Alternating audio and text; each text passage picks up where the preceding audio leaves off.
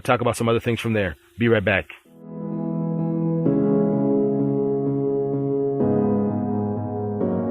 The Onealien Show.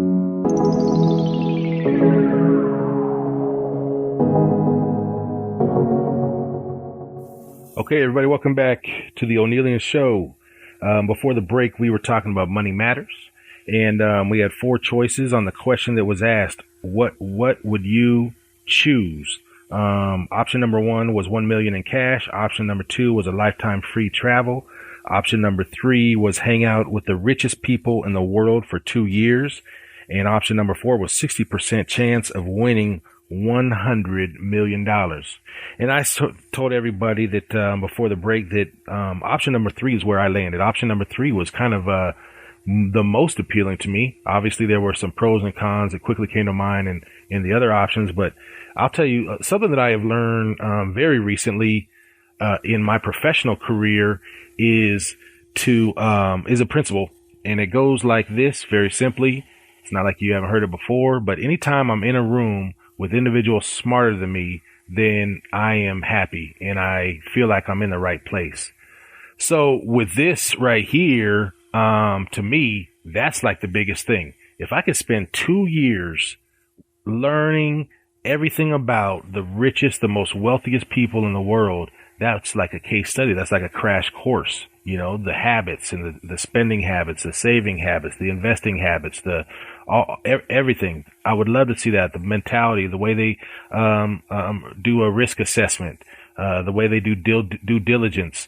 Man, there would be so much. I would soak it all up. And the reason why is because I feel like after the 2 years, I would be even more equipped to get that 1 million in cash, or get travel for forever, or well, I still wouldn't go get a ticket, but you know what I'm saying. And so that's really where I landed. Hey, where would you land? What would you want if you could choose one of the things? Would you choose the cash? Would you choose the travel? Would you choose a winning ticket? Or would you choose to sit under and in the midst of, in the tutelage of the most wealthiest people on the planet, VIP access into their lives, taking notes and everything else to learn from them? Man, that's what I would choose. That's what the Onealien would choose. Anybody. If you know a way I could do it, let me know. 2 years straight. If anybody wants to document it, that's what we could do. If anybody wants to do a documentary, then we will approach the wealthiest people and we'll say we want to do a documentary, and we're going to have a regular, ordinary guy from Arizona, from the desert, and he's going to sit underneath and just get all into your life for 2 years, and we're going to see what you could do with them. That would be great. I would be on it. So, hey, listen, appreciate everybody that has spent some time with me today. I wanted to touch base on one other thing before I get out of here. And really, it falls in line with a kind of a theme or segment that I want everyone to have an opportunity to elevate themselves in their life, in their love, or in their relationships. And, the next level. Getting better, getting stronger, getting faster in life and in love and in relationships. Okay. Whatever you set out to do, whatever you're motivated to do, I tell people try to transition from doing what you have to do to doing what you want to do. And that's a hard transition for many of us. And, but whatever you're passionate about, whatever, I like to say it this way. If I told you at 9 o'clock in the morning, tomorrow morning, you were going to go do this, then you would not be able to sleep tonight like it was Christmas, like you were a 5-year-old and tomorrow's Christmas and you got a pink pony downstairs. So what is this? What is the one thing? Cause that's really, hey, you know what? Contact me and I'll tell you some details on how I had to discover that and move in that direction and some of the sacrifices. We'll be talking about it at different times on the Onealien Show for sure. But that's the whole thing. What are you passionate about? Where do you want to go? What do you want to do that will continue to have a fire within you? Because we all know that, man, we've been on jobs and professions and done all types of things that we might have been capable of. We may have been very equipped to do it naturally and from an educational standpoint, intellectually. But at the end of the day, that's not really what we want to do. And at the end of the day, that's not really the grand, oh man, when I was 7, I wanted to do this, right? Go back to when you were 7, go back from 7 to 14 and find out what that awesome thing was that you just love to do, or that you just saw someone doing and you want to do it. Let's explore that. Let's figure that out. One thing is, when we're moving, when we want to elevate, that a lot of people fail to do, and myself included. I could tell you many stories of times when I did not accept what I would like to put on everybody today, and that is very simply a helping hand.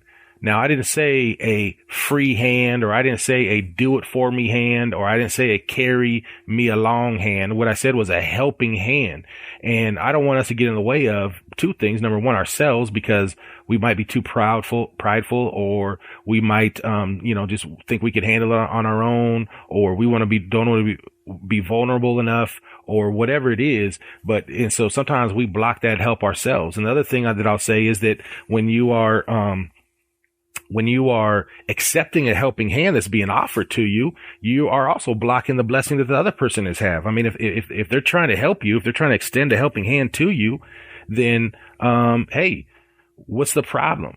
Both of you, it's mutually beneficial, right? So, imparting all that to everybody out there. Listen, do not be afraid to accept a helping hand. We all need it at certain points in our lives. Some of us need it at a lot of points in our lives. That's okay. It reminds me of a story one time when me and my oldest son, he's 24 now, but we were driving and we were in Tempe, Arizona, and we were going through a parking lot.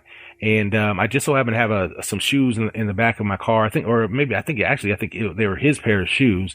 And there's a homeless man walking across the parking lot. It's hot, Arizona hot. And looking down at his feet, we saw, basically there's holes in them. He's basically walking on the heels of his feet. There's almost no tread between his foot and the concrete. And so I was like, man, my heart went out for him. I'm always looking for areas and people that I could help. So, I said, hey son, let's see what's going on. And so we drove up, pulled up next to him and introduced ourselves, said, hey, how you doing? We're not trying to encroach on you or stop, the progress of wherever you're trying to go and what you're trying to do. But look, hey, we have this brand new pair of Nike shoes, lovely, awesome Nike shoes. And we'd like to, we extended it out to him out of the window, said, hey, they're all yours, buddy. We appreciate it. Be blessed.